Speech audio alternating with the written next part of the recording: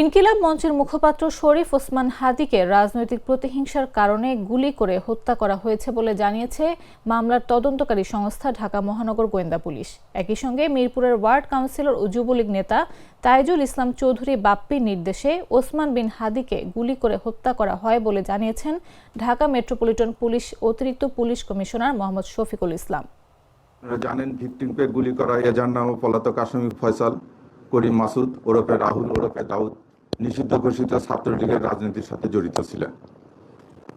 Shooter Faisal করিম মাসুদ ওরফে রাহুল ওরফে দাউদ এবং তার সহযোগী আলমগীর হোসেন দ্বয়কে পলায়নের বিষয়ে সার্বিক সহায়তাকারী তদন্তপ্রাপ্ত আসামি তাজুল ইসলাম চৌধুরী বাপ্পি পল্লবী থানা যুবলীগের সভাপতি ও ঢাকা উত্তর সিটি কর্পোরেশনের ৬ নং ওয়ার্ডের আওয়ামী লীগ মনোনীত নির্বাচিত কমিশনার কাউন্সিলর ছিলেন। কাজে আসামিদের রাজনৈতিক পরিচয়, ভিকটিমের পূর্ববর্তী বিভিন্ন রাজনৈতিক বক্তব্য থেকে তদন্তে প্রকাশ পায় যে রাজনৈতিক প্রতিহিংসার কারণে শরীফ ওসমান হাদি ওরফে ওসমান গনিকে গুলি করে হত্যা করা হয়। আগামী ১২ ফেব্রুয়ারি ত্রয়োদশ জাতীয় সংসদ নির্বাচন হবে কিনা তা নিয়ে জনগণের মধ্যে শঙ্কা আছে বলে মন্তব্য করেছেন জাতীয় নাগরিক পার্টির মুখপাত্র ও কেন্দ্রীয় নির্বাচন পরিচালনা কমিটির প্রধান আসিফ মাহমুদ সজীব ভুঁইয়া। ১২ ফেব্রুয়ারি জাতীয় নির্বাচন হওয়া নিয়ে নিজের দল এনসিপির মধ্যেও শঙ্কা রয়েছে বলে জানিয়েছেন তিনি। একই সঙ্গে দেশের বর্তমান আইন শৃঙ্খলা পরিস্থিতিকে হতাশাজনক বলে মন্তব্য করেন অন্তর্বর্তী সরকারের সাবেক উপদেষ্টা। বিভিন্ন গোয়েন্দা সংস্থার প্রধানগণ একটা পার্টি অফিসের দিকে তাদের কেবলা ঠিক করে ফেলেছেন, তারা সেখানে নিয়মিত যাচ্ছেন এবং আমরা মনে করছি যে এটা বাংলাদেশের গণতন্ত্রের জন্য হুমকি স্বরূপ। আমরা বিগত সময়ে যেই ইল প্র্যাকটিসগুলো দেখে এসেছিলাম আওয়ামী ফ্যাসিবাদের সময়ে, সেগুলো আবারও দেখা যাচ্ছে, সেগুলো আবারও মাথা চেড়ে দিয়ে উঠছে। আমরা বাংলাদেশের সবসময়ই দেখেছি প্রশাসনের ঝোঁক থাকে ক্ষমতাসীনদের প্রতি, কিন্তু ক্ষমতাসীন হওয়ার আগেই, মানুষের জনরায় প্রকাশিত হওয়ার আগেই এই ধরনের ধৃষ্টতা আমরা কোনোভাবেই মেনে নেব না এবং আমরা সরকারকে এবং নির্বাচন কমিশনকে আহ্বান জানাবো যে যারা সেখানে গিয়েছেন তারা স্পষ্টভাবেই তাদের সরকারি চাকরির যে বিধিমালা সেটা লঙ্ঘন করেছেন এবং একই সাথে বাংলাদেশের মানুষের আগামী নির্বাচনে জনরায় দেওয়ার এবং ভোটাধিকার প্রয়োগ করার যে একটা উৎসাহ ছিল, সেই উৎসাহেও ভাটা পড়েছে এই ধরনের কার্যক্রমের মধ্য দিয়ে। আমরা সরকারকে আহ্বান জানাবো যে যারা সেখানে গিয়েছেন তাদের বিরুদ্ধে দ্রুত শাস্তিমূলক ব্যবস্থা গ্রহণ করা। ত্রয়োদশ জাতীয় সংসদ নির্বাচন ও গণভোটকে সামনে রেখে দেশের বাইরে থেকে ডাকযোগে ভোট দিতে নিবন্ধন করেছেন ১৫,৩৩,০০০ ভোটার। দেশের নির্বাচনী ইতিহাসে প্রথমবার পোস্টাল ভোট বিডি অ্যাপ ব্যবহার করে এই সংখ্যক ভোটার নিবন্ধন করেছেন।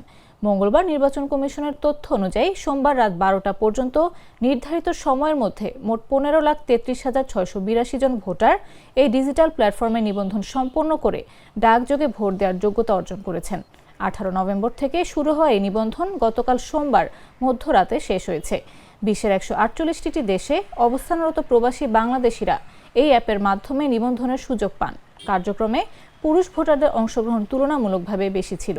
মোট নিবন্ধনকারীর মধ্যে পুরুষ ভোটারের সংখ্যা ১২,৮১,৪34 জন এবং নারী ভোটার ২,৫২,২৪৬ জন।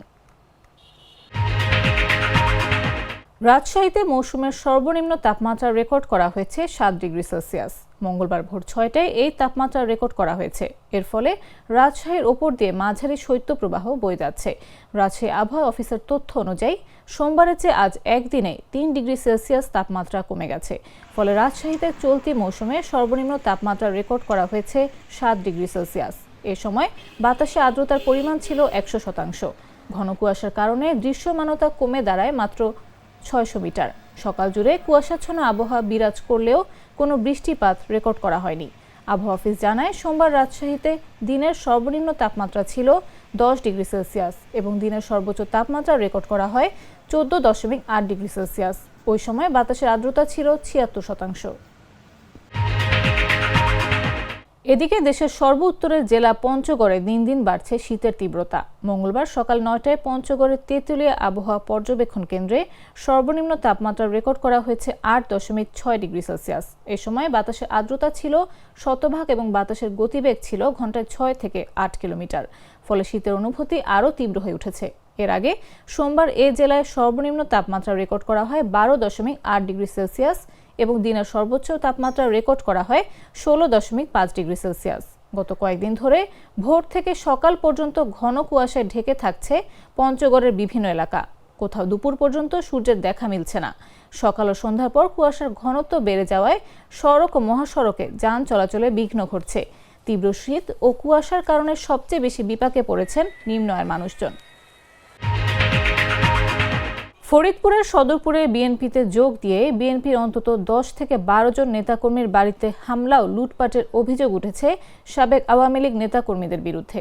সোমবার দিনগত রাতে উপজেলার কৃষ্ণপুর ইউনিয়নের রামচন্দ্রপুর গ্রামে এ ঘটনা ঘটে। পুলিশ ও স্থানীয় সূত্রে জানা গেছে, উপজেলার কৃষ্ণপুর ইউনিয়নের রামচন্দ্রপুর গ্রামে আধিপত্য বিস্তার নিয়ে বাড়িঘরে হামলা চালান ওই ইউনিয়নের আওয়ামী লীগের চেয়ারম্যান আক্তারুজ্জামান তিতাসের সমর্থকরা। এ সময় ওই এলাকার সেন্টু কাজী, জামাল কাজী, সুমন কাজীর নেতৃত্বে ইউনিয়নের 6 নম্বর ওয়ার্ড বিএনপির সভাপতি শাহজাহান শিকদার সহ 10 থেকে 12 জন বিএনপির সমর্থকদের বাড়িতে হামলা ও লুটপাট করা হয়। ভুক্তভোগীরা জানান, যারা তাদের বাড়িঘরে লুটপাট ও হামলা চালিয়েছেন তারা কদিন আগে আওয়ামী লীগ থেকে বিএনপিতে যোগ দেন। ফেনী 3 আসনে বিএনপি মনোনীত প্রার্থী দলের ভাইস চেয়ারম্যান আব্দুল আওয়াল মিন্টুর মনোনয়ন গৃহীত হওয়ার আনন্দে দায়িত্বরত পুলিশ সদস্যের হাততালির ভিডিও সামাজিক যোগাযোগ মাধ্যমে ভাইরাল হয়েছে। রোববার নিজ কার্যালয়ে মনোনয়নপত্র যাচাই বাছাইকালে রিটার্নিং কর্মকর্তা ও জেলা প্রশাসক মনিরা হক মিন্টুর মনোনয়ন গৃহীত হওয়ার ঘোষণা দিলে উপস্থিত নেতাকর্মীদের সঙ্গে তিনিও হাততালিতে অংশ নেন। দেখা গেছে, মিন্টুর মনোনয়ন গৃহীত হওয়ার ঘোষণা শুনে ওই পুলিশ সদস্য উপস্থিত নেতাকর্মীদের সঙ্গে নিজেও হাততালিতে অংশ নেন। পরে আবার হাততালি বন্ধ করে জিভে কামড় দিতে দেখা গেছে। এই বিষয়ে জানতে চাইলে পুলিশ কনস্টেবল সারওয়ার হোসেন বলেন, মনের অজান্তে তালির ঘটনাটি ঘটেছে। ভুল বুঝতে পেরে সঙ্গে সঙ্গে জিভে কামড় দিয়েছি। বিষয়টিকে ফেসবুকে ছড়িয়ে দেয়া দুঃখজনক। নওগাঁয় সিটবিহীন টিকিটে স্বামীর বাস যাত্রাকে কেন্দ্র করে তর্কের জেরে এক বাসের চালককে ডেকে নিয়ে গিয়ে শারীরিক নির্যাতনের অভিযোগ উঠেছে সহকারী পুলিশ সুপার শ্যামলী রানী বর্মনের বিরুদ্ধে। রোববার রাত 10:30টার দিকে সহকারী পুলিশ সুপারের কার্যালয়ে সাপাহার সার্কেল অফিসে এ ঘটনা ঘটে। এর আগে ওই দিন সকাল 9:30টায় সাপাহার থেকে রাজশাহীগামী হিমাচল পরিবহনে ধানসুরা যাওয়ার পথে বাস চালক ও সুপারভাইজারের সঙ্গে তর্কে জড়ান শ্যামলী রানী বর্মনের স্বামী জয়ন্ত বর্মন। ওই বাস পুনরায় সাপাহারে ফিরলে চালককে বাস স্ট্যান্ড থেকে অফিসে ডেকে নেন শ্যামলী রানী বর্মন। সেখানে পৌঁছানোর পর তার ব্যবহৃত মোবাইল ফোন কেড়ে নিয়ে বাস চালক বাদলের পেটে প্রথমেই সজোরে লাথি দেন শ্যামলী। বেধড়ক পেটাতে শুরু করেন তার স্বামী জয়ন্ত বর্মনও। এরপর শ্যামলী রানী বর্মনের নির্দেশে তার দেহরক্ষী আনন্দ বর্মন পাইপ দিয়ে চালককে বেধড়ক পিটিয়ে গুরুতর আহত করেন। ভুক্তভোগী বাস চালক বাদল বর্তমানে চিকিৎসকের পরামর্শে বাসায় বিশ্রামে আছেন।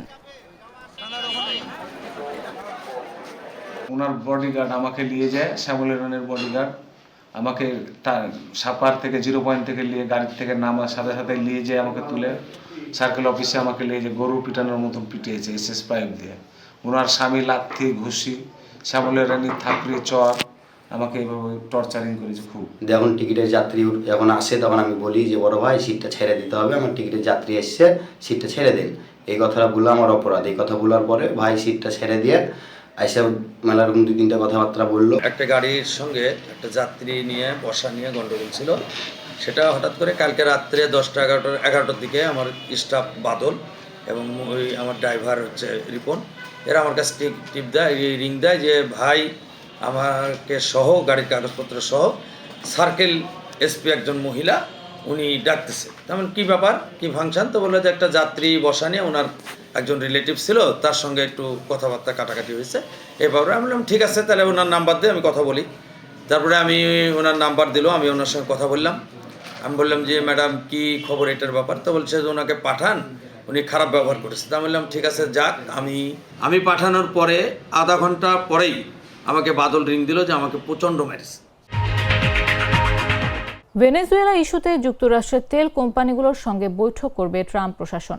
বিষয়টি সম্পর্কে অবগত একটি সূত্রের মতে, ভেনেজুয়েলার তেল উৎপাদন বৃদ্ধির বিষয়ে আলোচনা করার জন্য প্রেসিডেন্ট ট্রাম্পের প্রশাসন চলতি সপ্তাহের শেষের দিকে মার্কিন তেল কোম্পানিগুলোর নির্বাহীদের সঙ্গে বৈঠক করার পরিকল্পনা করছে।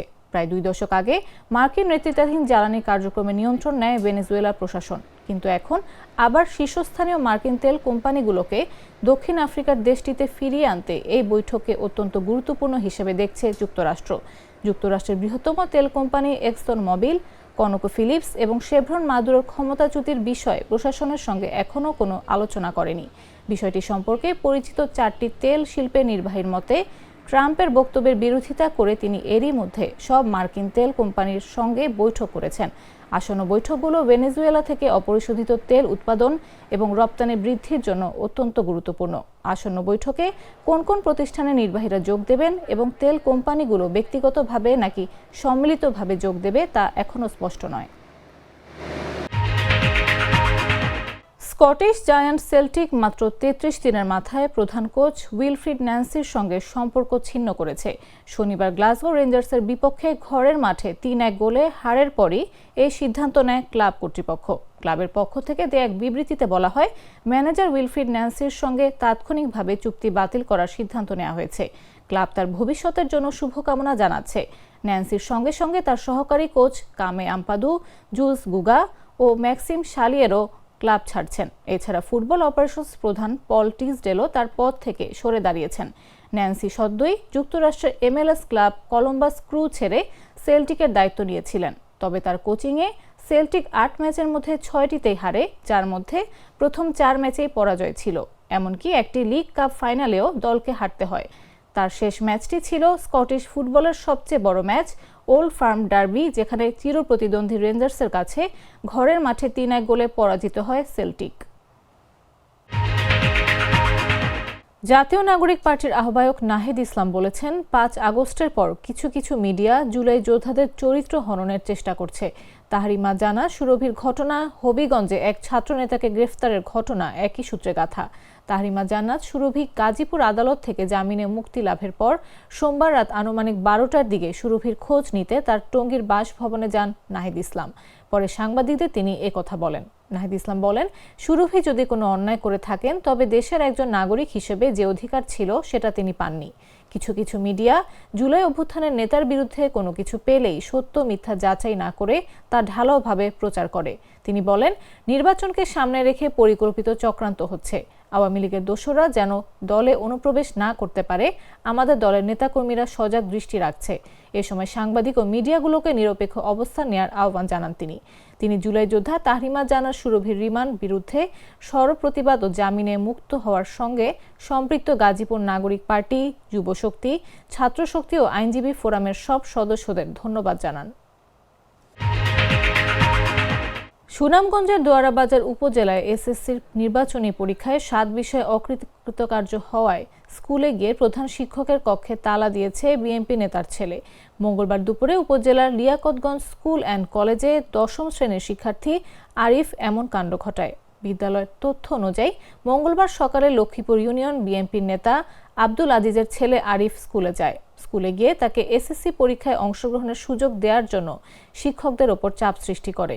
এ সময় ভারপ্রাপ্ত প্রধান শিক্ষক হাসিনা মমতাজ ওই শিক্ষার্থীর কাছে জানতে চান সে কতগুলো বিষয় ফেল করেছে। জবাবে আরিফ 7 বিষয় ফেল করেছে বলে জানায়। পাশাপাশি সে শিক্ষকদের সঙ্গে অসদাচরণ করে এবং তাকে পরীক্ষার অংশগ্রহণের সুযোগ না দেওয়ায় প্রধান শিক্ষকের কক্ষ তালাবদ্ধ করে দেয়। এ বিষয়ে বিদ্যালয়ের ভারপ্রাপ্ত প্রধান শিক্ষক হাসিনা মমতাজ বলেন, 10ম শ্রেণীর শিক্ষার্থী আরিফ নির্বাচনী পরীক্ষায় 7 বিষয় ফেল করায় তাকে এসএসসি পরীক্ষায় অংশগ্রহণের সুযোগ দেওয়া হয়নি। এজন্য সে আজ স্কুলে এসে অসদাচরণ করে প্রধান শিক্ষকের কক্ষ তালাবদ্ধ করে দেয়। শিক্ষার্থী আরিফের বাবা লক্ষ্মীপুর ইউনিয়ন বিএনপির নেতা আব্দুল আজিজ বলেন, আমি এই বিষয়ে জানি না, আমি বিএনপির রাজনীতি করি, আমার ছেলে কোনো রাজনৈতিক দলের সঙ্গে যুক্ত না। জেলা মাধ্যমিক শিক্ষা অফিসার জাহাঙ্গীর আলম বলেন, এই বিষয়ে এখনো অবগত নই, তবে বিষয়টি খোঁজ নিয়ে দেখছি। পরীক্ষা দিবার লাগি দিয়ে কিভাবে তুমি কয় বিষয় ফেল করছো? আমি 7 বিষয় ফেল করছি, 4 বিষয় আপনারা দিতে পারতেন না। এক বিষয় যারা আপনি কইছেন, এক বিষয় যদি ফেল হয় এরা দেওয়া যাইতো না। 16 জন আছে, 16 জন যাইবে, 16 জনের ভিতরে যদি একজন বেশি যায় স্কুলে তালা মারা হইব। ভিডিও সমস্যা নাই। দিনাজপুর জেলার ইতিহাসে 6 জানুয়ারি এক বেদনাবিধুর দিন। দেশ স্বাধীন হওয়ার মাত্র 21 দিন পর 1972 সালের এই দিনে দিনাজপুর শহরের মহারাজা গিরিজানাথ হাই স্কুলের ট্রানজিট ক্যাম্পে ভয়াবহ মাইন বিস্ফোরণে 6 শতাধিক বীর মুক্তিযোদ্ধা নিহত হন।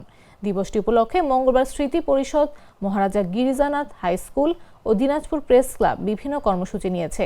সকাল 9:30টায় দিনাজপুর প্রেস ক্লাব হতে চেহেলগাজী মাজারের মুক্তিযোদ্ধাদের সমাধিতে শ্রদ্ধাঞ্জলি অর্পণের উদ্দেশ্যে যাত্রা, সকাল 10টায় মুক্তিযোদ্ধাদের সমাধিতে শ্রদ্ধাঞ্জলি অর্পণ ও সকাল 10:30টায় মহারাজা স্কুল প্রাঙ্গণে নির্মিত শহীদ মুক্তিযোদ্ধা স্মৃতিসৌধে শ্রদ্ধাঞ্জলি অর্পণ ও আলোচনার কর্মসূচি পালন করেন। বাদ আসর মহারাজা স্কুল প্রাঙ্গণ মসজিদে মিলাদ মাহফিল ও শহীদদের জন্য দোয়া অনুষ্ঠিত হবে। আসন্ন ত্রয়োদশ জাতীয় সংসদ নির্বাচন সামনে রেখে জামাতে ইসলামী সহ ইসলামী দলগুলোর সঙ্গে এনসিপি নির্বাচনী সমঝোতা দলটির ভেতরে তীব্র অস্থিরতা তৈরি করেছে। আদর্শ ও কৌশলের দ্বন্দ্বে অন্তত 15 নেতার পদত্যাগে প্রশ্নের মুখে পড়েছে নতুন এই দলের রাজনৈতিক ভবিষ্যৎ। বিস্তারিত তুষার ইসলামের রিপোর্টে। ত্রয়োদশ জাতীয় সংসদ নির্বাচনের ঘনঘটা যত বাড়ছে ততই উত্তপ্ত হয়ে উঠছে জাতীয় নাগরিক পার্টি এনসিপির ভেতরের রাজনীতি। মধ্যরাতে নেওয়া এক সিদ্ধান্ত জামায়াতে ইসলামী সহ কয়েকটি ইসলামী দলের সঙ্গে নির্বাচনী সমঝোতা দলের ভেতরে যেন নীরব বিস্ফোরণ ঘটিয়েছে। বাইরে ঐক্যের বার্তা, ভেতরে বিভাজনের চাপা শব্দ। দলের শুরুর দিনগুলোতে এনসিপি নিজেকে তুলে ধরেছিল এক নতুন মধ্যমপন্থী নাগরিক শক্তি হিসেবে। তরুণ ভোটার, শহুরে মধ্যবিত্ত আর হতাশ রাজনৈতিক কর্মীদের জন্য সেটি ছিল এক আশার নাম। কিন্তু হঠাৎ করেই জোটের খবরে সেই আশার জায়গায় জন্ম নিয়েছে এক জটিল প্রশ্ন। এনসিপি কি তাহলে পথ বদলাচ্ছে? এক রাতেই অন্তত 15 জন নেতা পদত্যাগ করেন। তৃণমূলে ছড়িয়ে পড়ে হতাশা। অনেকেই বলছেন ভোটের মাঠে নিজেদের পরিচয় গড়ে তোলার সুযোগ হাতছাড়া হয়ে গেল। অভিযোগ উঠেছে শীর্ষ নেতৃত্ব কোনো আলোচনা ছাড়াই সিদ্ধান্ত চাপিয়ে দিচ্ছে। আদর্শ বনাম বাস্তবতার সংঘাত যেন প্রকাশ্যে রূপ নিয়েছে এবার।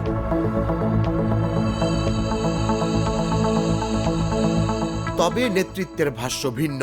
তাদের দাবি এটি আদর্শচ্যুতি নয়, বরং কঠিন বাস্তবতায় টিকে থাকার কৌশল।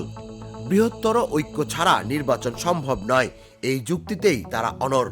এনসিপির যুগ্ম আহ্বায়ক মনিরা শারমিন বলেন, দল ছাড়াই কোনো সমাধান নয়, ভেতর থেকেই প্রতিবাদ জরুরি।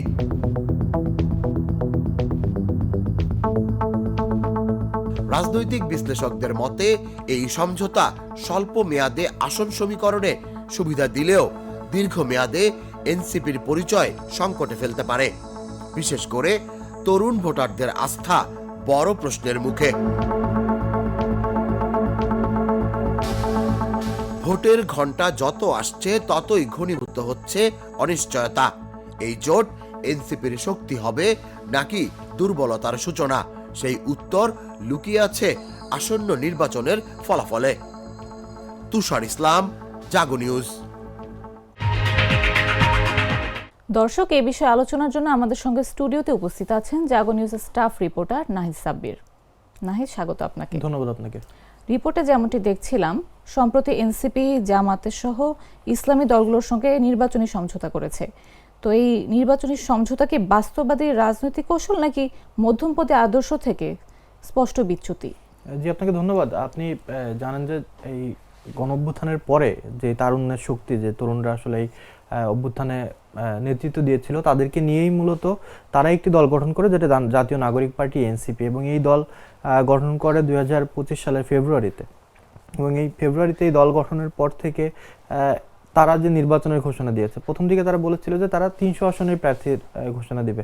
আপনি জানেন যে এর মধ্যে তারা জাতীয় নির্বাচন কমিশন থেকে তারা যে একটা রাজনৈতিক দল, সেই দলের কিন্তু নিবন্ধনও তারা পেয়েছে। অর্থাৎ 300 আসনের প্রার্থী দেওয়ার মতো যে ক্যাপাসিটি তারা বলে আসছে দীর্ঘদিন ধরে, যে তাদের এই সম্পূর্ণ ক্যাপাসিটি আছে যে তারা 300 আসনের প্রার্থী দিবে। এই ঘোষণা কিন্তু এনসিপির একাধিক নেতা দীর্ঘদিন ধরে দিয়ে আসছিল। কিন্তু হঠাৎ করে দেখা গেল যে এর মাঝে কিন্তু আসলে গুঞ্জন ছিল যে এনসিপি বিএনপির সাথে সমঝোতা করে নির্বাচন করবে কিনা, এরকম গুঞ্জনও কিন্তু মাঠে ছিল। কিন্তু শেষ পর্যন্ত আসলে দেখা গেল যে এনসিপি একটি ঘোষণা দিয়েছে যে 3 দলীয় ঐক্যজোট। আপনি জানেন যে এনসিপি, এবি পার্টি এবং রাষ্ট্র সংস্কার আন্দোলন, তারা প্রেস ক্লাবে একটা জোটের আত্মপ্রকাশ করে গণতান্ত্রিক সংস্কার জোট নামে। তারা বলে যে এই সংস্কার জোটটাই মূলত নির্বাচনে অংশগ্রহণ করবে। কিন্তু দেখা গেল যে এই জোট গঠনের কয়েকদিন পরেই, কিছুদিন পরেই জামাত ইসলামী সহ যে ইসলামী দলগুলো রয়েছে, তখন 8 দলীয় জোট ছিল, সেই জোটের সাথে এনসিপি আসলে নির্বাচনের ঘোষণা দিয়ে দেয় প্রথম অবস্থাতে। তো এই নির্বাচনের জোট বা সমঝোতা তারা বলছে, যে এনসিপি যদিও কেন্দ্রীয় নেতারা বলছে যে এটা আসলে কোনো জোট নয় বা আদর্শিক কোনো জোট নয়, এটি একটি নির্বাচনী সমঝোতা। অর্থাৎ আসন ভাগাভাগির যে রাজনীতি, যে কোন দল এই সমঝোতায় অংশ নিয়ে কোন দল কোন কোন আসন নির্বাচন করবে, অর্থাৎ এনসিপি যে আসনে নির্বাচন করবে বা এনসিপিকে যে আসন দেওয়া হবে সেই আসনে জামাত ইসলাম সহ অন্যান্য যে ইসলামিক দলগুলো রয়েছে তারা ওই আসনে কোনো প্রার্থী দিবে না। আবার জামাত ইসলামের যে প্রার্থী রয়েছে সেই আসনে যে প্রার্থী নির্বাচন করবেন ওই আসনে এনসিপি বা অন্যান্য কোনো প্রার্থী ঘোষণা করবে না। এটাই আসলে নির্বাচনী সমঝোতা। তো এই জামাত ইসলামের সাথে জোট গঠনকে কেন্দ্র করে এনসিপির অভ্যন্তরীণ যে ক্ষোভ সেটা কিন্তু আসলে প্রকাশ্যে এসেছে প্রথম দিকে। যদি আপনাকে আমি জানিয়ে রাখতে চাই যে বিএনপির ভারপ্রাপ্ত চেয়ারম্যান তারেক রহমান যেদিন দেশে ফিরলেন সেদিনই একদিন ওই দিন বিকেলেই এনসিপির এক যুগ্ম সদস্য সচিব পদত্যাগের ঘোষণা দেন। তিনি বলেন যে বিএনপির ভারপ্রাপ্ত চেয়ারম্যান দেশে এসেছেন, যে তারেক রহমানের প্রতি তিনি তার যে সমর্থন সেই সমর্থন জানিয়ে তিনি পদত্যাগ করেছেন। এর পরবর্তীতে আমরা যখন দেখলাম যে এই এনসিপি জামাত ইসলামের সাথে নির্বাচনী সমঝোতায় গিয়েছে, ঠিক তখনই এনসিপির সিনিয়র যুগ্ম সদস্য সচিব যিনি রয়েছেন ডাক্তার তাসনিম জারা, তিনি কিন্তু আসলে পদত্যাগের ঘোষণা দিয়েছেন এবং তিনি ঢাকা 9 আসন থেকে এনসিপির মূলত প্রার্থী ছিলেন। তিনি প্রার্থীর জন্য এনসিপিতে মনোনয়ন ফর্ম নিয়েছিলেন ঢাকা 9 আসনে, তিনি ওইভাবে প্রস্তুতিটা গুছাচ্ছিলেন। কিন্তু দেখা গেল যে তিনি আসলে এনসিপি থেকে পদত্যাগ করে স্বতন্ত্রভাবে নির্বাচন পরিচালনার যে কাজ সেটি তিনি কিন্তু চালিয়ে যাচ্ছেন, তিনি পদত্যাগ করেছেন। এবং ডাক্তার তাসনিম জারার স্বামী যিনি খালেদ সাইফুল্লাহ, উনি এনসিপির যুগ্ম আহ্বায়ক, উনিও কিন্তু পদত্যাগ করেছেন। তো আমরা দেখলাম যে এনসিপির এই সাবেক নেত্রী তাসনিম জারা, তিনি কিন্তু গতকালকে পর্যন্ত দেখেছি তিনি তার নির্বাচনী যে কার্যক্রম সেই কার্যক্রমগুলো কিন্তু ঢাকা 9 আসনে চালিয়ে যাচ্ছে। এবং এর থেকে বড় বিষয় হলো যে এনসিপি এই জামাত ইসলামের সাথে বা অন্যান্য এই ইসলামিক দলগুলোর সাথে যে নির্বাচনী সমঝোতা, এই সমঝোতা যাওয়ার পরে এনসিপির প্রায় 15 জন নেতা এনসিপি থেকে পদত্যাগ করেছেন। তো এই যে ক্ষোভটা নেতাদের মধ্যে, এনসিপির যখন উত্থান হয় বা এনসিপি যখন আত্মপ্রকাশ করে, তখন এনসিপি কিন্তু আসলে বলেছিল যে এটা আমাদের ডানপন্থী বা বামপন্থী কোনো রাজনৈতিক দল নয়, আমরা মধ্যমপন্থী রাজনৈতিক দল। তো সেই আদর্শ নিয়ে তার আঘাত ছিল এবং অনেক তরুণ যারা বিশ্ববিদ্যালয়ে পড়াশোনা করেছে বা ওই জুলাই অভ্যুত্থানের যেই সময়টা, ওই সময়টা আন্দোলনের নেতৃত্ব দিয়েছে বা বিভিন্ন সেক্টরের মানুষ ছিল ওই দল গঠনের সময় করে, ডাক্তার, ইঞ্জিনিয়ার বা অন্যান্য প্রফেশন থেকে যারা এসেছেন, তারা কিন্তু এই মধ্যমপন্থী রাজনৈতিক যে চিন্তাধারা সেই চিন্তাধারা থেকে এনসিপিতে যোগ দিয়েছিল। কিন্তু নির্বাচনের আগ মুহূর্তে যদিও এনসিপির কেন্দ্রীয় এবং সিনিয়র নেতারা বলছেন যে এটা নেহাত শুধুমাত্র নির্বাচনী সমঝোতা, অর্থাৎ ত্রয়োদশ জাতীয় যে সংসদ নির্বাচন, সেই নির্বাচনকে মোকাবেলা করার জন্য এনসিপি এই জোটটা গঠন করেছে। তো এর কারণে এই 15 জন কিন্তু পদত্যাগ করলো। এবং আমি এনসিপির একাধিক নেতার সাথে কথা বলেছি, ভিতরেও অনেকের মধ্যে ক্ষোভ রয়েছে, কিন্তু যাদের মধ্যে এখনই ক্ষোভ আছে তারা এখনই পদত্যাগ করতে চাচ্ছে না। এবং তারা বলছে যে আমরা যেহেতু মধ্যমপন্থা রাজনীতি ধারণ করি এবং সেই ধারণ করার জায়গা থেকে তারা মূলত এনসিপি রাজনীতিতে এসেছে, তো তারা চাচ্ছে যে আরো সময় গড়ায় দেখা যাক যে কি হয়। কিন্তু এই নির্বাচনকে কেন্দ্র করে যে নির্বাচনী সমঝোতা, এই সমঝোতায় কিন্তু এনসিপির মধ্যে ক্ষোভ অনেকটা রয়েছে। আবার দেখা যায় যে যেহেতু এনসিপি এমন একটা রাজনৈতিক দল, এই রাজনৈতিক দলে কিন্তু যদিও তারা বলছে যে তারা মধ্যমপন্থী রাজনৈতিক দল, এবং অনেক সেক্টর থেকে মানুষ এসে কিন্তু বা নেতারা এসে এই রাজনৈতিক দলে বা আগে যারা কখনো রাজনীতি করেনি ওইভাবে প্রকাশ্যে সেই তারা এসে রাজনীতি করছে। এবং আমরা দেখেছি যে এনসিপি যে কেন্দ্রীয় নেতারা বা কেন্দ্রীয় কমিটি যারা আছে অধিকাংশই আপনার বিশ্ববিদ্যালয়ে পড়ালেখাকালীন বিভিন্ন ছাত্র রাজনীতির সাথে যুক্ত ছিল।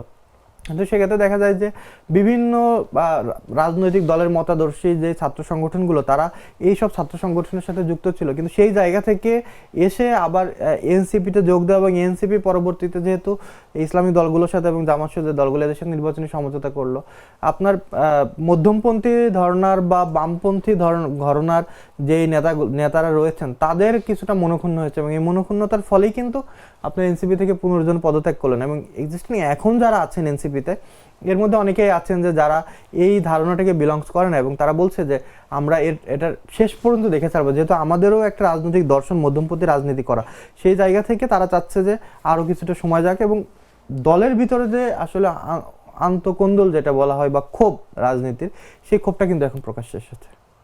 আচ্ছা, শীর্ষ নেতৃত্বের সিদ্ধান্তে সম্প্রতি তৃণমূল ও মধ্যম সারির নেতারা বাদ পড়েছে।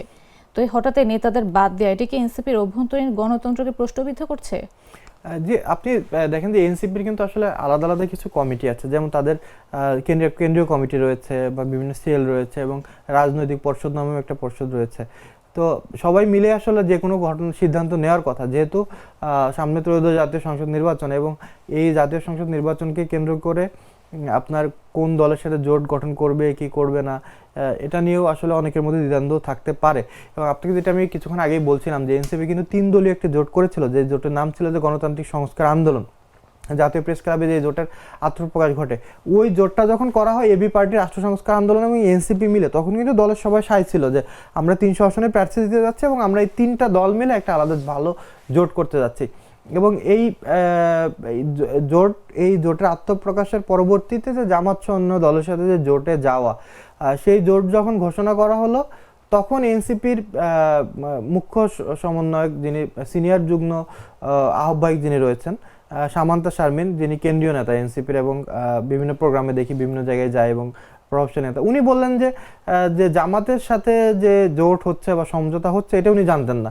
তো এনসিপির যারা নীতি নির্ধারণী বোর্ডের যারা রয়েছেন তার মধ্য থেকে একজন যদি বলে যে কিভাবে এই জোট হচ্ছে তিনি সেটা জানেন না, সেটাও এটা নিয়ে প্রশ্ন দেখা যায়। আমি পরবর্তীতে এনসিপির অনেক নেতার সাথে কথা বলেছি, অনেকে বলেছে যে কেন্দ্রীয় কমিটির কয়েকজন নেতার সিদ্ধান্তই মূলত এই নির্বাচনী সমঝোতায় অংশগ্রহণ। আসলে এনসিপির যে অন্য কমিটিগুলো রয়েছে বা শীর্ষ পর্যায়ে যারা নেতৃত্ব রয়েছে সবাই আসলে এই জোটের গঠনের পক্ষে বা এই নির্বাচনী সমঝোতার পক্ষে রাজি ছিল না। তো যার কারণে এই জোটটা গঠন করা বা রাজি ছিল না, তাদের মতামতকে উপেক্ষা করে কিন্তু এই নির্বাচনী সমঝোতায় এনসিপি গিয়েছে বলে অনেক নেতারা জানিয়েছেন। তো সেই জায়গা থেকে এনসিপির যে অভ্যন্তরীণ যে গণতান্ত্রিক ধারা সেটি হয়তোবা কিছুটা ক্ষুণ্ণ হয়েছে, কারণ সেই নেতারাই তো বলছেন যে তারা এই পক্ষে মত দেননি। এখন তারা আবার এটাও বলছেন যে এই যে নির্বাচনী সমঝোতায় যে অংশগ্রহণ এনসিপির, এটি আসলে শেষ নয়, এটি তারা নির্বাচন পর্যন্ত দেখবেন এবং নির্বাচনে যদি ভালো ফলাফল অর্জিত হয় সেক্ষেত্রে তারা এই জোটটাকে কিভাবে টেকসই করা যাবে, এই জোটের ভবিষ্যৎ রাজনীতি কি, সেইভাবে বিষয়গুলো দেখবেন। যে 15 নেতার পদত্যাগ, এটা এনসিপির সাংগঠনিক ভিত্তিতে গভীর সংকটের ইঙ্গিত, কি মনে হয়? সাংগঠনিক ভিত্তিতে সংকটের ইঙ্গিত তো কিছুটা আছে, যেহেতু আমরা দেখেছি যে এনসিপির যে 15 জন নেতা পদত্যাগ করেছেন এনসিপি থেকে, তার মধ্যে অনেকেই প্রভাবশালী ছিলেন। প্রভাবশালী বলতে আমি এই অর্থে বোঝাচ্ছি যে এনসিপির যে বিভিন্ন সাংগঠনিক কার্যক্রম, সেই কার্যক্রমগুলোতে তাদেরকে খুব অ্যাক্টিভ দেখা গেছে এবং এনসিপির বিভিন্ন সাংগঠনিক দায়িত্ব কিন্তু তারা সামলেছেন যারা পদত্যাগ করেছেন। তো সেই জায়গা থেকে এনসিপির সাংগঠনিক ভিত্তি কিছুটা দুর্বল হবে, এটা খুবই স্বাভাবিক এবং এনসিপি নেতারা এটা স্বীকারও করছেন যে এই 15 জন যে নেতা পদত্যাগ করলেন, এই পদত্যাগের ফলে তাদের সাংগঠনিক কিছুটা দুর্বলতা তৈরি হবে, স্পষ্টত দেখা যাচ্ছে। অন্যদিকে আবার কিছু নেতা বলছেন যারা মূলত এই জোটের পক্ষে ছিলেন বা এই নির্বাচনী সমঝোতার পক্ষে ছিলেন, এরকম কয়েকজনের সাথে আমি কথা বলেছি, তারা যেটি বলছেন যে এই 15 নেতার পদত্যাগে এনসিপির কোনো সাংগঠনিক কার্যক্রম স্থবিরতা আসবে না, প্রথমত। দ্বিতীয়ত, তারা যদি এই যে 15 জন পদত্যাগ করেছেন তারা যদি এনসিপিতে থাকতো, এনসিপির জন্য খুবই ভালো হতো। এবং তারা আহ্বান জানিয়েছেন যে যারা পদত্যাগ করেছেন তারা যেন এনসিপিতে ফিরে আসে, অর্থাৎ যে নেতারা পদত্যাগ করেছেন তারা যদি এনসিপিতে ফিরে আসেন তাহলে তাদের জন্য ভালো এবং তাদের জন্য সেই সুযোগটা রয়েছে, এটি তারা বলছেন। তবে ওভারঅল যদি আমি চিন্তা করি বা ওভারঅল মানে সার্বিক বিষয়ে যদি বলতে হয়, যেহেতু যে 15 জন পদত্যাগ করেছে তাদের অনেকেই এনসিপির সাংগঠনিক কার্যক্রমে ছিলেন এবং বিভিন্ন গুরুত্বপূর্ণ দায়িত্বে ছিলেন, সেই জায়গা থেকে চলে আসা এনসিপির জন্য কিছুটা চ্যালেঞ্জ জন্ম দিয়েছে প্রথমত। দ্বিতীয়ত, কিছুটা এনসিপির ইমেজ সংকটও আমরা বলতে পারি যে একযোগে যে 15 নেতা পদত্যাগ করেন, এটা শুধু এনসিপি না, যে কোনো দল থেকেই যদি এরকম 15 জন নেতা পদত্যাগ করেন সেক্ষেত্রে সেই দলের জন্য কিছুটা ইমেজ সংকট দেখা যায়। সেটা একটা অভ্যন্তরীণ বা এনসিপির একটা রাজনৈতিক চ্যালেঞ্জ হয়ে দাঁড়িয়েছে এখন কিছুটা। আচ্ছা, এনসিপি আর জামাতের মধ্যে যে জোট তৈরি হয়েছে, এটা তরুণ ও নাগরিক ভোট ব্যাংক হারানোর কি ঝুঁকি তৈরি করতে পারে? এখন আপনাকে আমি যেটা বললাম যে এনসিপি তো প্রথম যখন যাত্রা শুরু করে তখন তো এটা মধ্যমপন্থী দল হিসেবে যাত্রা শুরু করে, না ডানপন্থী না বামপন্থী, এটা এনসিপির নেতারাই ঘোষণা দিয়েছেন এবং যখন আত্মপ্রকাশ ঘটে তখনই বলেছে। এখন এনসিপি ধরেন এখন ডানপন্থী দলগুলোর সাথে জোট করেছে, তো স্বাভাবিকভাবেই যে এনসিপি যখন বলেছিল যে আমরা মধ্যমপন্থী রাজনৈতিক দল, তো সেই জায়গা থেকে এনসিপির আলাদা একটা ভোট ব্যাংক তৈরি হয়েছিল, বা তরুণ ছাত্র সমাজ বলেন বা বাংলাদেশের জনগণ যারা মধ্যমপন্থী রাজনীতিতে বিশ্বাস করে, সেই জায়গা থেকে তারা এনসিপিকে ভালো একটা জায়গায় মনে করেছিল যে না, আমাদের রাজনৈতিক দর্শনের সাথে এনসিপি যায়। যেহেতু এনসিপি মধ্যমপন্থী রাজনৈতিক ধারণা থেকে কিছুটা বিচ্যুতি ঘটে তারা ডানপন্থী দিকে ঝুঁকে গেছে, অর্থাৎ জামাত ইসলাম সহ অন্যান্য ইসলামী রাজনৈতিক দলগুলোর সাথে যখন তারা জোট করলো তখন স্বাভাবিকভাবে যারা বামপন্থী ঘরানার বা কিছুটা মধ্যমপন্থী ঘরানার তাদের কিছুটা মনক্ষুণ্ণ হয়েছে। তো সেই ভোট ব্যাঙ্কগুলো অন্তত কিছুটা হারানোর শঙ্কা রয়েছে। দ্বিতীয়ত হলো যে এনসিপি মধ্যমপন্থী দল থেকে ডানপন্থী দলের দিকে যখন সমঝোতা করলো, নির্বাচনী সমঝোতা, এদিকে ডানপন্থী যাদের মনোভাব রয়েছে যে ভোট ব্যাঙ্কগুলোকে, তাদের ক্ষেত্রে আবার একটু ইজি হয়েছে, তারা এনসিপিকে আরও বেশি সাপোর্ট করতে পারছে। এখন এই ভোট ব্যাংকের হিসাব করাটা খুব টাফ এই কারণে আসলে কে কোন পন্থী কার মনে কে কাকে ভোট দিবে এটা তো বলা যায় না। তো ওভারঅল যেটা বলা যায় যে এনসিপি যেই মধ্যমপন্থী দল তাদের যে স্ট্রাইট যে ভোট ব্যাংক কিছুটা ছিল ছাত্র সমাজ থেকে শুরু করে তরুণ যারা রয়েছে বাংলাদেশের তরুণ জনগণ বা তরুণ জনগোষ্ঠী, তাদের যে ভোট ব্যাংক ছিল তারা তো এনসিপিকে মধ্যমপন্থী আদর্শী রাজনৈতিক দল হিসেবে ধরেই তো এনসিপির কে তারা মেনে নিয়েছিল বা এনসিপির সাথে তারা ভোট দেওয়া বা নির্বাচনী সমঝোতা।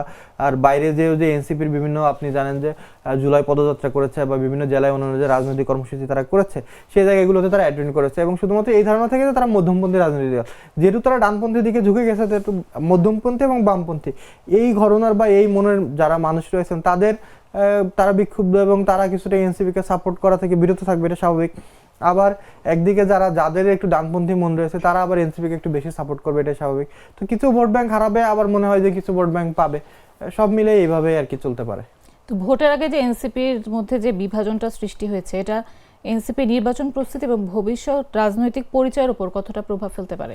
এখন এনসিপি গঠনের পর থেকে যখন নির্বাচনী ডামাদোল বাজা শুরু করে দেশে, যে সামনে নির্বাচন আসতেছে, সব প্রক্রিয়া যখন শুরু হয় তখন থেকে এনসিপি বলছে যে তারা আসলে 300 আসনে প্রার্থী দিয়ে তাদের যোগ্যতা আছে এবং তারা 300 আসনে প্রার্থী দিবে এবং এনসিপি এককভাবে নির্বাচন করবে। এনসিপি একদম আহ্বায়ক থেকে শুরু করে কেন্দ্রীয় যারা নেতারা আছে বিভিন্ন সময় গণমাধ্যমকে এই কথা বলেছেন, এবং এনসিপি কিন্তু মনোনয়ন ফর্ম বিক্রিও করেছে এনসিপির কেন্দ্রীয় অফিসে।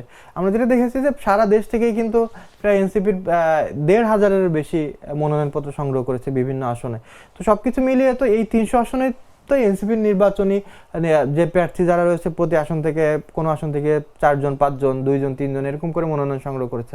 তো তাদের এই 300 আসনের প্রার্থী বা 300 আসনের তাদের যে নেতারা রয়েছেন, এনসিপির যে কমিটি রয়েছে বা এনসিপির অনুসারী যারা রয়েছে, তারা তো এই 300 আসনে যার আসন থেকে নির্বাচন করার একটা পরিকল্পনা তাদের ছিল, এবং এনসিপি নেতাকর্মীদের মধ্যে এটা ছিল যে আমরা 300 আসনের প্রতিদ্বন্দ্বিতা করছি। তো সেই জায়গা থেকে এনসিপি যখন সরে এসে ডানপন্থী অর্থাৎ জামাত সহ অন্যান্য ইসলামিক দলগুলোর সাথে জোট গঠন করলো, এই জোট গঠনের পরে কিন্তু এনসিপি আর 300 আসন নির্বাচন করতে পারছে না।